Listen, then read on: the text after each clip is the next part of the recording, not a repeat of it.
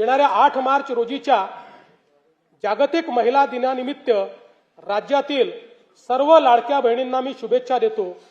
मुख्यमंत्री माझी लाडकी बहीण ही योजना अशीच सुरू राहणार आहे व या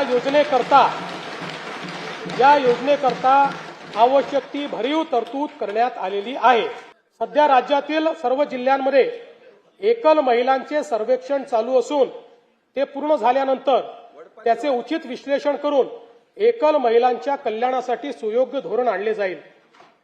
महाराष्ट्र ग्रामीण जीवनोन्नती अभियानांतर्गत आतापर्यंत सुमारे 37 लाख लखपती दीदी झाल्या आहेत।